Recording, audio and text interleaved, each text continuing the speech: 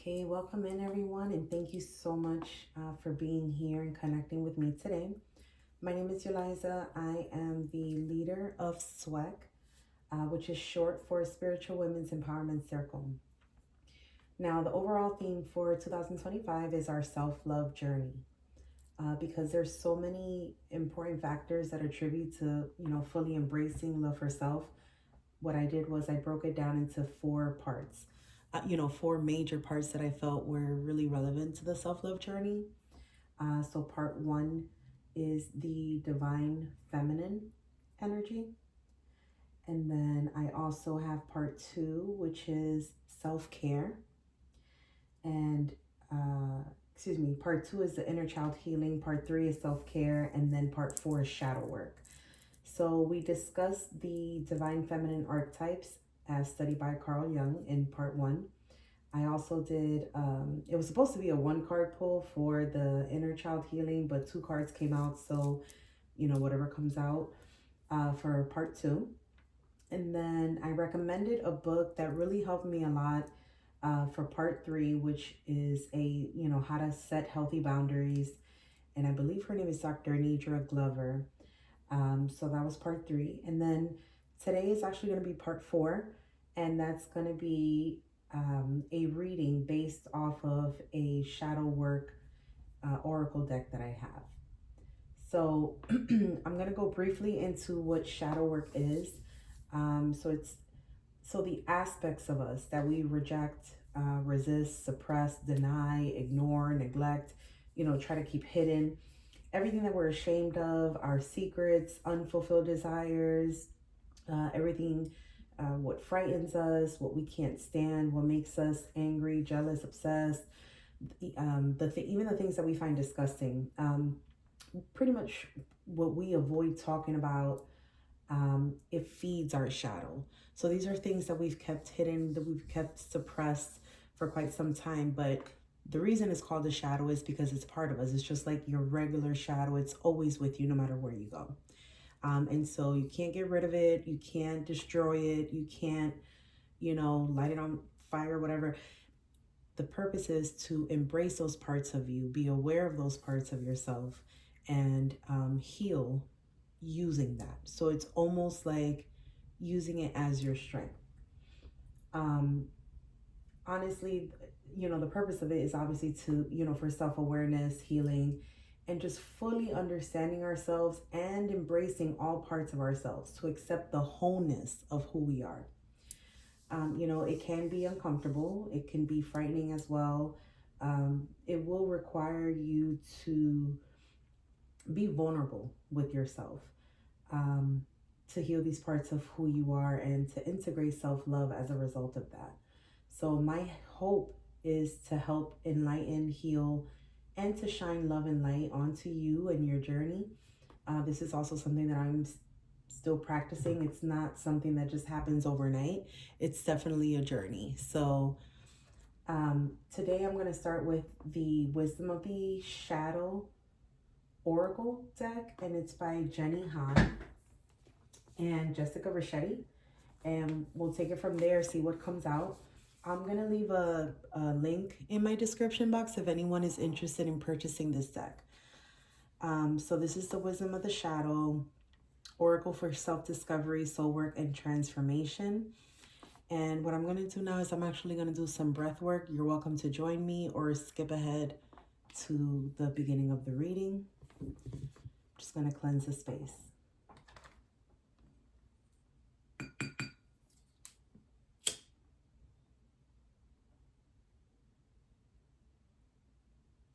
This is Palo Santo, if anyone is wondering.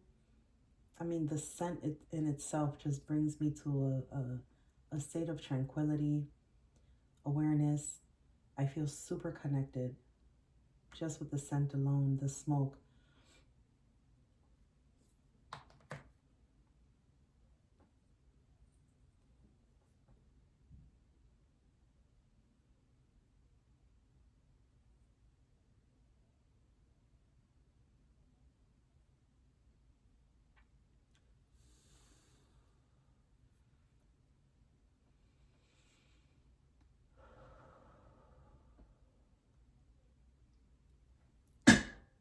My angels of love and light, thank you for your presence, guidance, protection, and love.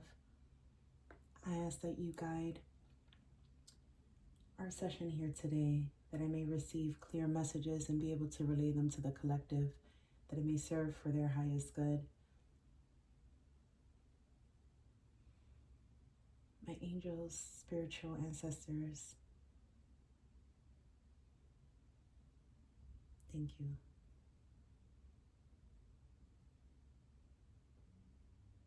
Only the love and light is allowed here. Thank you.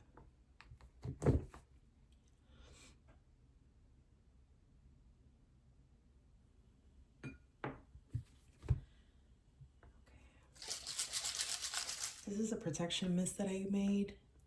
It has eucalyptus oil, rosemary oil, camphor oil, palo santo oil. It has some witch hazel, and it has a little bit of rubbing alcohol and spring water. And then I also put some crystals here. So we have black obsidian for protection. We have malachite for abundance. We have rose quartz for love. And then I have some clear quartz to amplify the energies.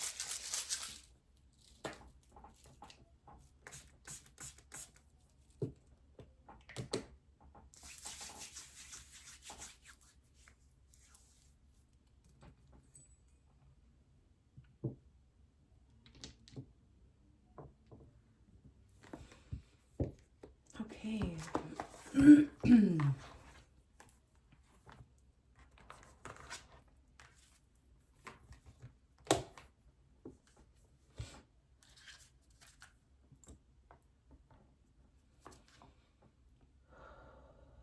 Alright, my angels of love and light, what messages do you have for us today, for the collective, regarding our shadow?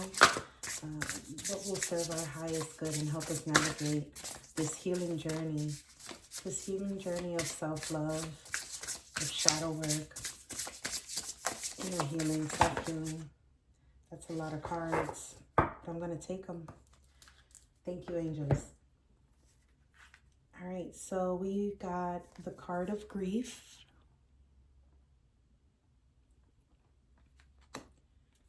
We have self-embrace. I love the imagery on this. We have tenderness. Just start Otis writing. And then we have integration. All right, so I'm going to go into the booklet and I'm going to read from the booklet. This deck actually has like some prompts, so I'll be sure to include the prompts in there so you don't have to worry about like, pausing the video and writing it down or anything like that. I'll include the prompts here or in the description box so that you're able to follow along. All right, so we're going to start with grief. That was our first card out. All right, if you're a numbers person like me, angel numbers, so every time I see numbers, I have actually the military time on my phone just because I love to see like when it's like 214 is 1414. I love seeing that. So for those of you that are into numerology or into angel messages or angel numbers, we actually got grief is on page number 66. And I actually think I'm going to pull from the Angel Numbers Oracle deck. So for grief, there's a nice affirmation that's included with each of these. The affirmation for grief says, I honor grief as a sacred process. Allow it to move through me in its own way and time. Grief flowing out, feeling it, move its way through, flooding from the tips of the toes up to the shoulders, inside of the eyes, shadowy rememberings and the heavy weight of their darkness around. The tears are pure, cleansing, healing, relief. Grief is a potent force that moves in and through each being in unique ways, stages, processes, or ways that it is said to be structured only paint the picture of possibility. Grief is like a mysterious umbrella. Under that umbrella lies an infinite possibility of emotion unique to the moment: anger, fear, loss, pain, loneliness, denial, guilt, numbness, or mourning what could have been. It is also a window into hope, resilience, strength, rebirth, curiosity, enduring, adapting to change. Many ancient peoples honored grief as holy and sacred, knowing that the grieving one was moving through a necessary ceremonial experience for themselves, for the departed, and for the community. A griever is also said to be a conduit of the divine. Grief is like a storm. It can leave as quickly as it comes, or it can persist for days and weeks. It may contain thunder and darkness, or it may contain sun rays and secret rainbows. If we chase the rainbows, we are less likely to find them. They appear only when, where, and how they want, just like grief itself. We can grieve people, possibilities, paths, and parts of self. Think about any perceptions you hold around grief. Reflect on any ways you've wanted to rush through grief or bypass grieving. Consider holding grief gently with compassion and tenderness. Invite yourself to see the grieving process as sacred. That last sentence, invite yourself to see the grieving process as sacred. You know, reading this immediately made me think of my grandmother and when she passed away. Prior to my spiritual awakening, I used to like boo-hoo cry when I thought of like my close ones, passing away. Um, After and during my, spiritual awakening, I came to realize that life on this planet is for evolvement, right?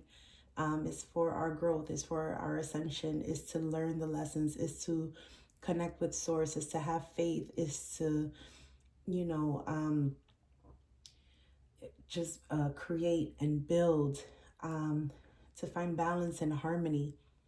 And so once you pass on, it's like you've completed your work, right? And so it took me a while to change the relationship that I had with death.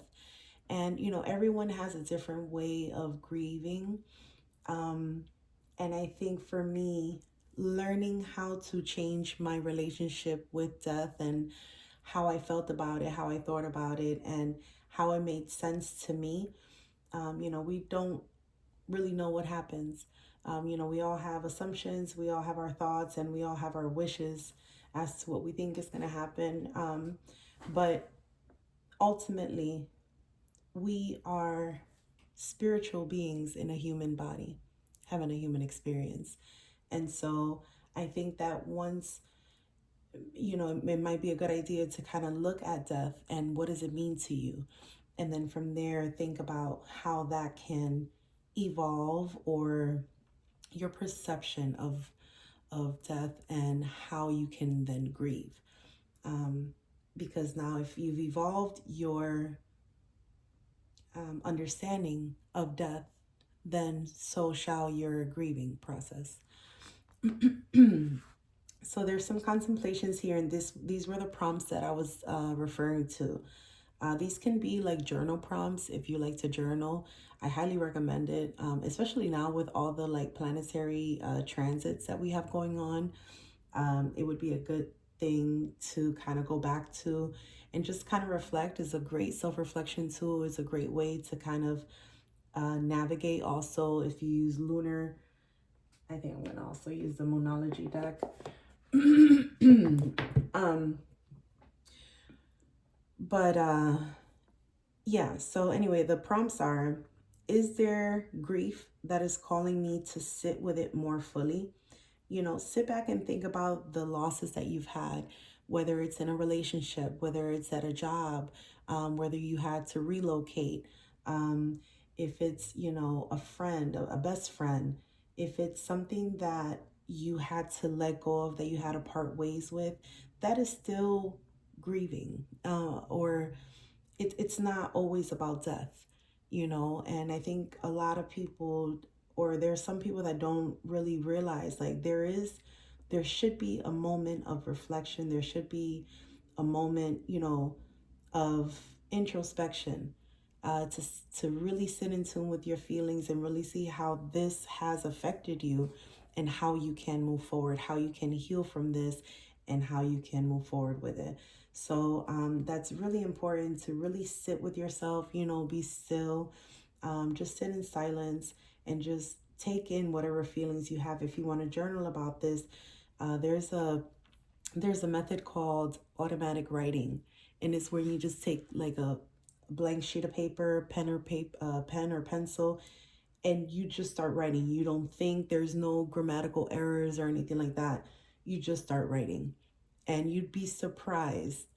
We have a million thoughts running through our head every day, every second, and you'd be surprised how much really just needs to come out, and that can really help with balancing emotions and really understanding if there is anything that you need to, grieve.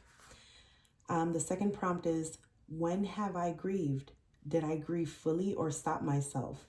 With the hustle and bustle of life every day, it can be very challenging to take the time that you need.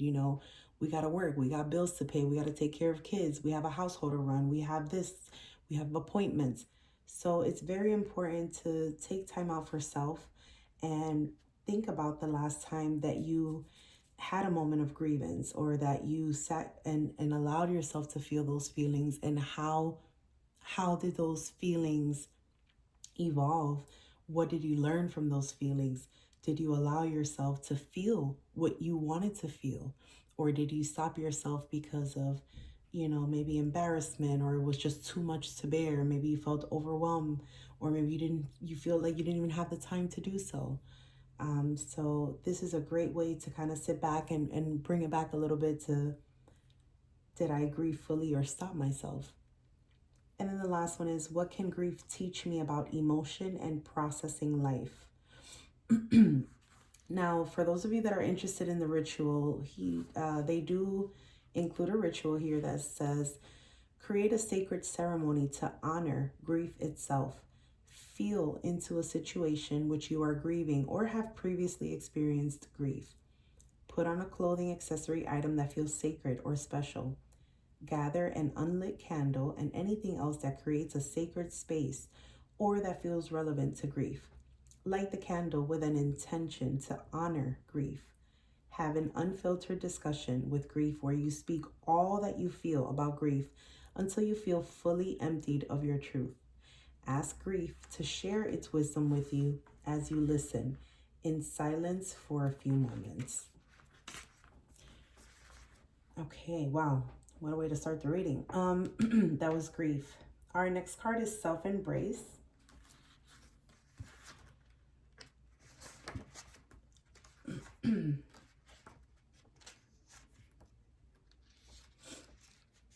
Okay. Self-embrace. Wow, these numbers are really jumping out. So self-embrace is on page 100. Grief was on page 66. Self-embrace affirmation. I embrace all the layers that make me who I am. I wrap myself in a loving embrace. Wrapped in arms of loving truth, lit aflame in passionate acceptance, sacred, creative, flowing, wise, content, warm, love, bits and pieces and parts that make up the whole, honoring what is, holding oneself with tender care. And I love that because, I hear a lot of people say this, be gentle with yourself, give yourself grace. And it's easy to say, but, we're so caught in the 3D that it's hard sometimes, or it's easy to forget. You want to do better, you want to be better, of course we all do, but hold oneself with tender care, especially with this process of shadow work. We all have parts of ourselves that can feel difficult to embrace. Perhaps we have chapters in our stories that we aren't as proud of, or feelings of shame about who we have been. Perhaps we have habits or patterns that we don't prefer. Maybe we've had traumas or experiences that have made us question our worthiness, our beauty, and our own identity. Whatever our unique story is, to love and embrace all of ourselves without wavering is not an easy feat. We don't have to like everything that we do, and we can certainly have a desire to grow, expand, heal, and create more healthful patterns for our lives. And still, to embrace all of the layers of who we are is a most loving homecoming. To embrace is to simply wrap our arms around. Can we wrap our arms around ourselves? Can we be more willing to wrap our arms around the parts of ourselves that need a bit more love? If someone we care about were to come up to us with something difficult that they were going through, would we embrace them or reject them? It is time for a more embracing of all that we are. Think about how you meet parts of yourself that feel challenging to embrace or accept. Reflect on how you can be open to growth without rejecting or banishing parts of yourself altogether. This is really important. When they say, if someone we care about were to come up to us with something difficult that they were going through, would we embrace them or reject them? It is time for a more embracing of all that we are. So just as we care for another person, just as we show empathy for another person, just as we, give good advice and be there in support for someone else, we have to do that for ourselves. And I'm sure you all have heard people say this all the time. You have to fill your cup up first. Put your your mask on first, like at the on an airplane. You have to take care of yourself first, because if you're giving from an empty cup, it's not. You're just not giving yourself what you need in order to be able to be of service to others, to be a beacon of light to others. And so it's very important that we embrace ourselves, that we empathize with ourselves, that we show love and compassion to ourselves. Like I was saying before, be gentle with ourselves and give ourselves grace. So the contemplations or the prompts for this one says, what parts of myself do I feel are hardest to embrace? The second one says, what parts of myself do I fear are unlovable, and why? And the third one is, how can I embrace myself more fully and unconditionally? I love these contemplations. I highly, highly suggest that you journal about these. And for those of you interested in a ritual, gather a piece of paper and something to write with. Set a timer for 5 minutes to free write. Unedit. Okay, so that's like the automatic writing that I was discussing. Set a timer for 5 minutes to free write, unedited, unrefined, raw flow, with the prompt, a part of myself that feels difficult to embrace, ... Take a deep breath. Notice what you feel. Read what you wrote out loud with compassion and free from judgment. Stand up, close your eyes, wrap yourself with your own arms in a compassionate hug. Bring some gentle rocking movement into the body as you hold yourself in a repattering self-embrace. Give yourself words of love, acceptance, encouragement, and gratitude. Beautiful. And then we have the Tenderness card. All right, and Tenderness is on page 108. If you reduce that, it reduces to the number 9, which we are in the number 9 year. And number 9 is all about completing like a cycle in order to begin a new one. So Tenderness, the affirmation says, I tend to myself. I offer myself tenderness. I allow a replenishment of all layers of my being. Tending and tenderness, charred, burned, burned out, gentle care, regenerating, receiving, resting, repairing, rebalancing the inner space. Flowers growing from the fertile soil and fresh aliveness, each layer inviting new possibility. I love that. Especially as I was stating that this is on page 108 with the 8 plus 1 is 9, the ending of a cycle to begin a new one. Flowers growing from the fertile soil in fresh aliveness, each layer inviting new possibility. We aren't machines, we are humans. Regardless of what lives we create for ourselves, we are vulnerable to hurts. We are susceptible to burnout and many internal burns that cannot be seen by the eye. We need spaces to recharge, realign, re-nourish, regenerate. We need spaces to offer tenderness and tending to ourselves. If we don't offer this to ourselves on a regular basis, we are likely to walk around feeling fragile. Tenderness and tending don't have to come when we are already burnt out. We can create spaces for ourselves to mend, heal, and be so that we can avoid that outcome. If we were offering tender healing to a physical burn, we might call in some regenerative herbs, be very gentle, and create a space where the repair could take place. We can offer this tenderness and healing to our inner burns and invisible hurts. Think about ways that you push yourself beyond what feels good. Think about ways that you offer yourself tenderness or hold back tenderness. Notice what tenderness is being called for in this moment, be it mental, emotional, physical, energetic, or some other layer of your being. And I'm just going to be transparent and just tell you about me a little bit. Like, I burn myself out with overtime. We all want abundance. We all want money. When there's overtime available, with my job, they barely have overtime available. So when they have it, I try to jump on it. But what happens? I start burning myself out. And then at that point, the following week after that pay period cuts off, now I want to call out because now I'm so tired. Or I don't want to do anything over the weekend because I'm so tired. Or I don't get anything else done around the house because I'm so tired from working 12 hours. So it can be the smallest thing, as adults. And I tell my nieces and my nephew this all the time: take your nap time. Take your nap time, because when you're adults, it's really hard to get one in. And as adults, like, we have so much going on. As human beings, we have so much going on, but as adults, there's so much more responsibility.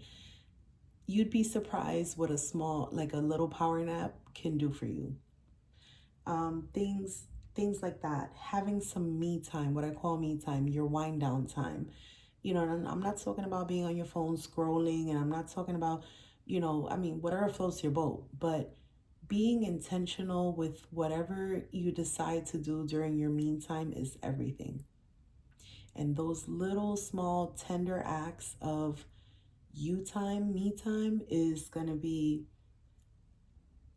it's going to come to the point where you're craving it, and you have to have it because it brings you to a place of inner peace, serenity, tranquility.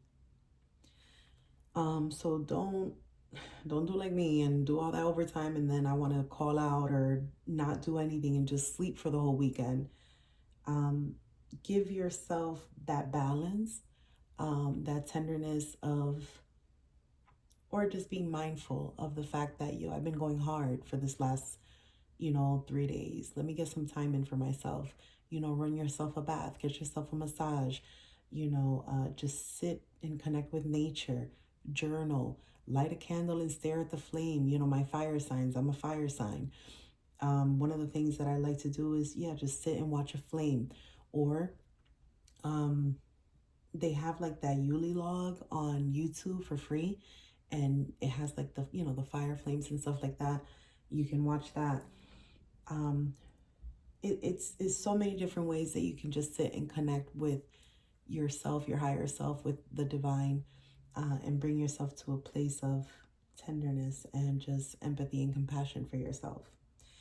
So the contemplations here, or the prompts, is: what layers of myself feel burned out or need tending? What tenderness can I offer myself? And what tenderness can I offer to others? For those of you interested in the ritual, it says to prepare a warm healing bath. Oh, I just said that. Prepare a warm healing bath or foot soak with an abundance of nurturing, healing, regenerative energies. Ideas for ingredients are lavender oil, oatmeal, chamomile tea, rose petals, or Epsom salt. If you do not have access to these ingredients, use what you have. Add the simple power of your intention. And that's what I was saying, guys. Intention is everything. Or work with the essence of the plants by speaking their names and calling them in energetically. With each ingredient, add sprinkles of love, compassion, and tenderness. Once your bath is prepared and feels nurturing, set an intention to tend to the tenderness beyond imagining, all the way to the core layers of your being. Soak as long as you want. Notice how it feels to receive deep nurturing, open to a gentle integration in any way that feels supportive. And I just got to add is on page 109. 9 plus 1 is 10, which is 1, which is a new beginning. So I love that this is such a big part of stepping in and embracing, you know, the parts of yourself that maybe have been not tended to for whatever the reason. Work, kids, family life, you know, business. It's just, it can be so many, a multitude of things. Our last card here is integration.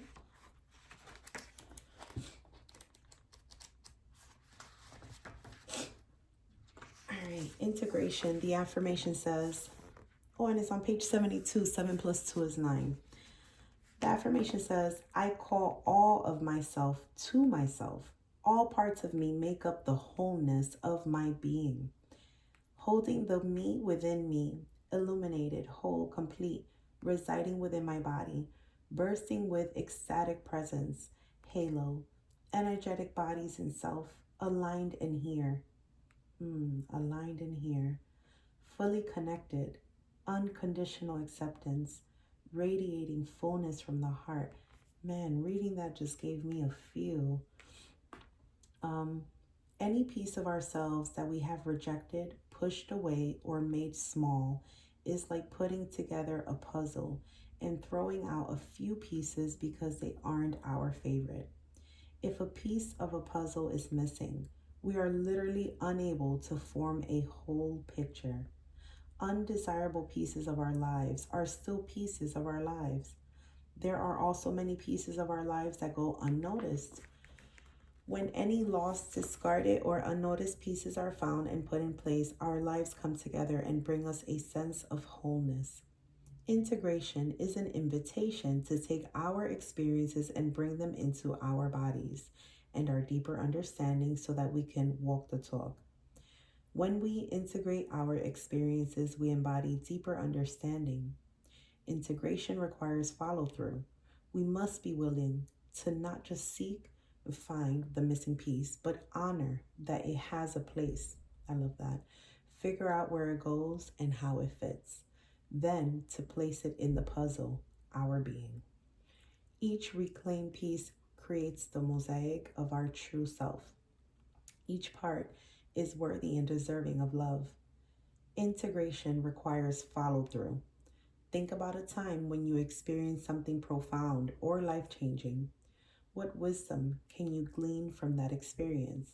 How can you integrate it for greater wholeness in mind, body, and heart?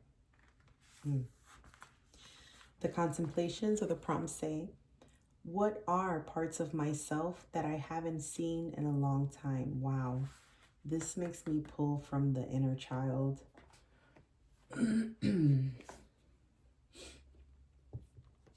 Okay.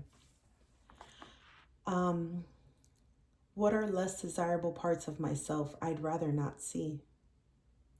And do I feel like any piece of myself is missing?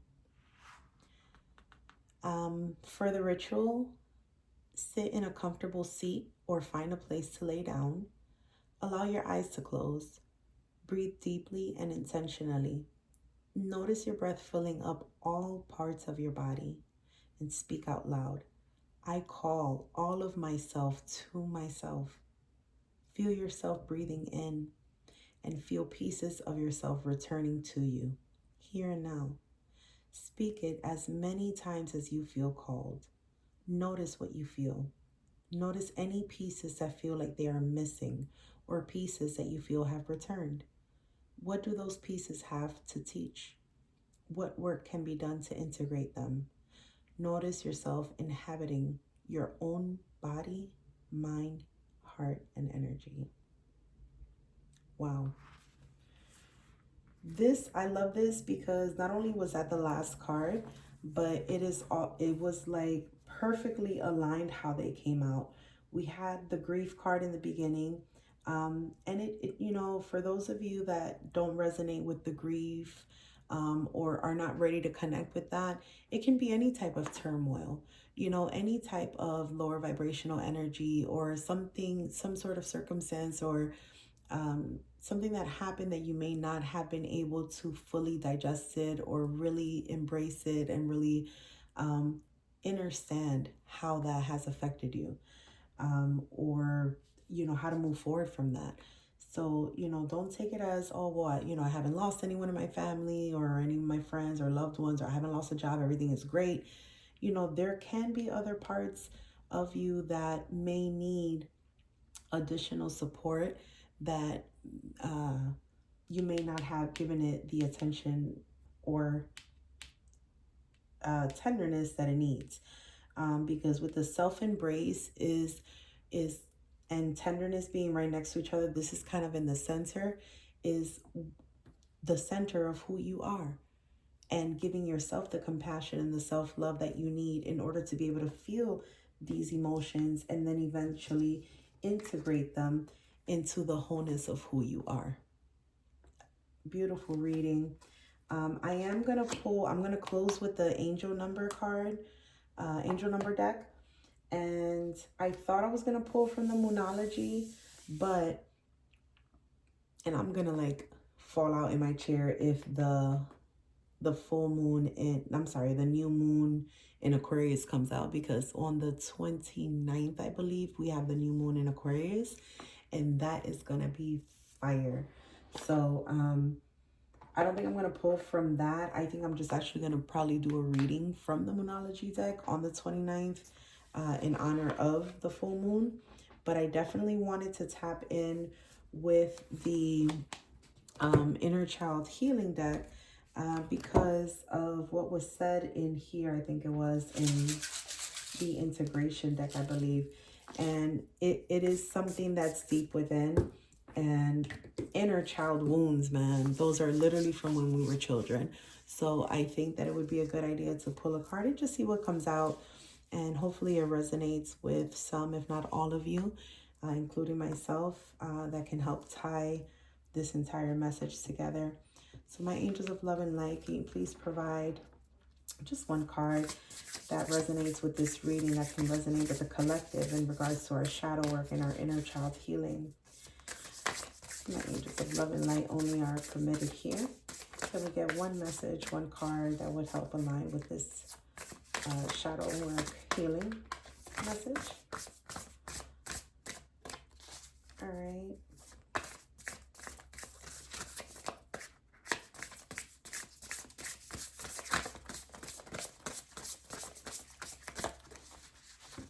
Okay, I'm going to take the bottom of the deck. Wow. Super appropriate. Go inward. Number 16, go inward. It is time to connect with your inner child. So for some of you, I don't know, sorry for the lighting. I'm trying to get it to where you can see. Go inward. And you can see the butterfly wings right there, which is all about transformation. So it's almost like there's still a final step. She has her wings, but there's still a final step that she needs to reach in order to be able to fly with her wings, and it's to go inward. So this also has a booklet, so we're gonna go to it, and then I'll pull an I'll pull an angel number, and we'll close it out. This one also has an awareness exercise and responsive journaling prompt, so I will include that as well. So the card, Go Inward, says, one powerful way to connect with your inner child can be through visualization. This is the practice of seeing with your mind's eye, also known as your third eye, the third eye chakra, while your physical eyes are closed. this practice can be a bit tricky for some in the beginning. So if you have never tried working with visualization, do not worry if it is a slow process. You will get there in the end. So there's tons of free content on YouTube. Third eye, specifically for the third eye. You'll hear it, as I said, I hear mind's eye, but this is the third eye chakra, which is right in between our forehead, between our eyebrows and on our forehead. And so, yeah, I would recommend watching some of the videos. They do have some like third eye activation, third eye chakra activation videos. There's tons of content on it on the internet if you don't have time to watch a video. But in all chakras rebalancing, I do a 30-minute. There's one on there that I absolutely love. I do it just about daily. And it's 30 minutes, and it's about I want to say six minutes per chakra. It's seven main chakras. Anyway, it's a rebalancing of the chakras. But if you're interested in learning more about your third eye chakra, there's tons of information on YouTube, on the internet about it. They give us an awareness exercise. In this exercise, focus on allowing your inner child to come through your mind's eye. Find a quiet place where you can sit or lie down comfortably with minimal distractions. Once you are ready and your eyes are closed, allow your focus to travel inward toward your center. As you allow your focus to drift inward, your inner child will slowly come to you. Once they do, let them be as they are. Even if there are aspects of them that you would like to change, embrace them. Listen to whatever they might have to say and shower them with love and affection. If you are struggling to turn your focus within yourself, the Becoming Aware Body Scan exercise on page 11 can help guide you. So I'll go into that. The responsive journaling prompt says, what feelings arise for you when you talk with or visualize your inner child? Do you feel love and joy, apprehension, or anxiety? Ask yourself why you might feel this way whenever you meet with your inner child. So one thing that I am going to say is everybody's on a different level or on a different path of their journey and may not be comfortable with the visualization practice or, doesn't know where to start. One thing that I did that I mean, pleasantly surprised, but I wrote myself a letter, my younger self a letter. I'm talking about things that I had not really suppressed, but it was like, it's already been talked about, so it doesn't matter. It matters. It still matters. And clearly there's still some emotion attached to it. And for whatever the reason, putting it on paper was like the final release of it all. I've been to therapy. I've talked to my close ones about it. I've journaled about it. I've thought about it. I've had dreams and nightmares about it. My childhood traumas. And so for whatever the reason, when I, was very intentional, I lit a candle. I had my incense going. I had my phone on D&D. There was no clutter anywhere. Everything was just for me and for my younger self. And I just wrote myself a letter. I stopped, I meditated for a second.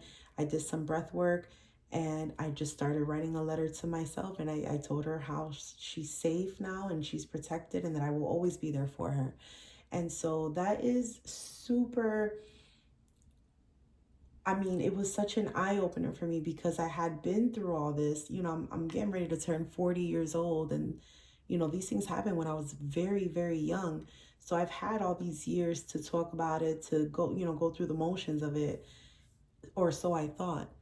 It wasn't until I actually addressed my younger self that it made me realize, like, wow, I still held some emotions, attached to it. It wasn't fully healed.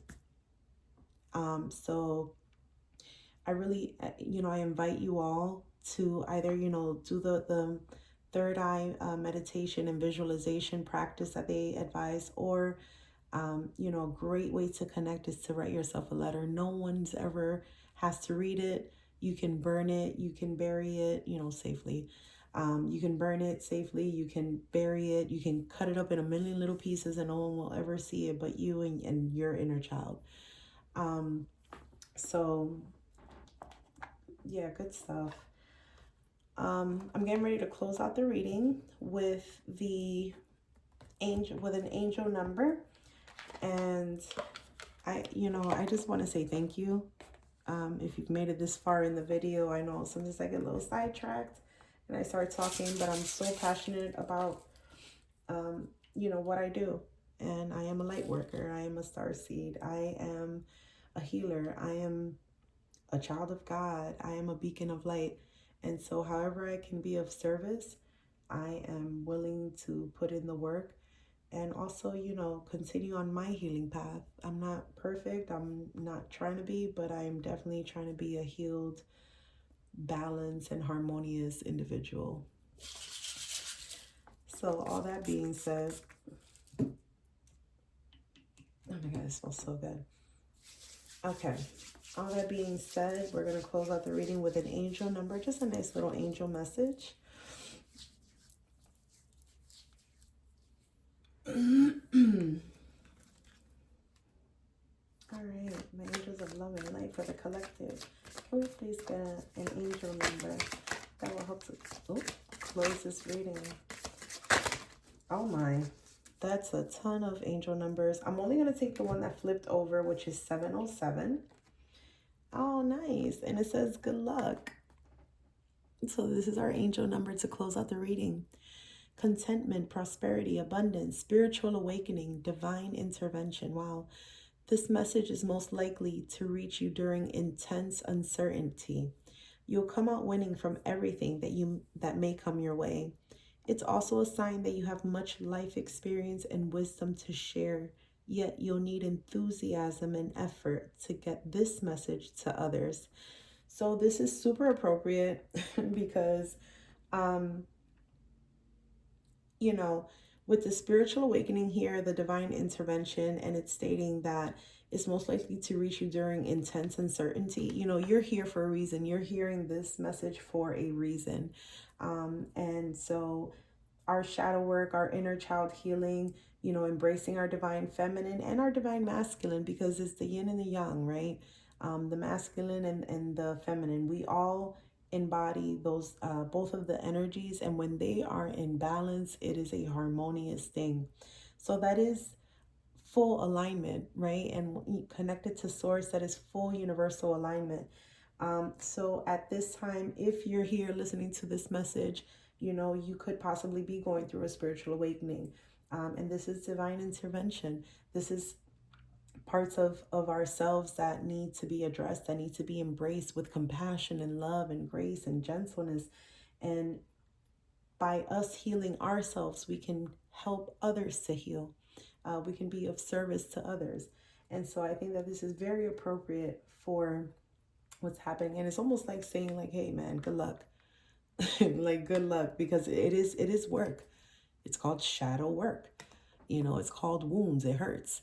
Inner child wounds is what needs to be worked on, is what needs to be evolved and ascended. So again, thank you so much for being here and connecting with me today. I have to look just because it's driving me crazy to not know which other cards came out. But the message was that one. But those of you that are number fanatics like I am, we got 1313 justice, 1717 good fortune, 222 wonders, wow, 8888 forward movement, and 4444 benefits, culmination, results, benefits, reflection, and completion. Wow. I think I'm going to put a picture. I think I'm going to put a picture up of these messages because they all seem to be super relevant. So thank you so much for being here with me and connecting with me. I hope that these messages resonated with you for your highest good. Always of love and light. Thank you so much. See you next time.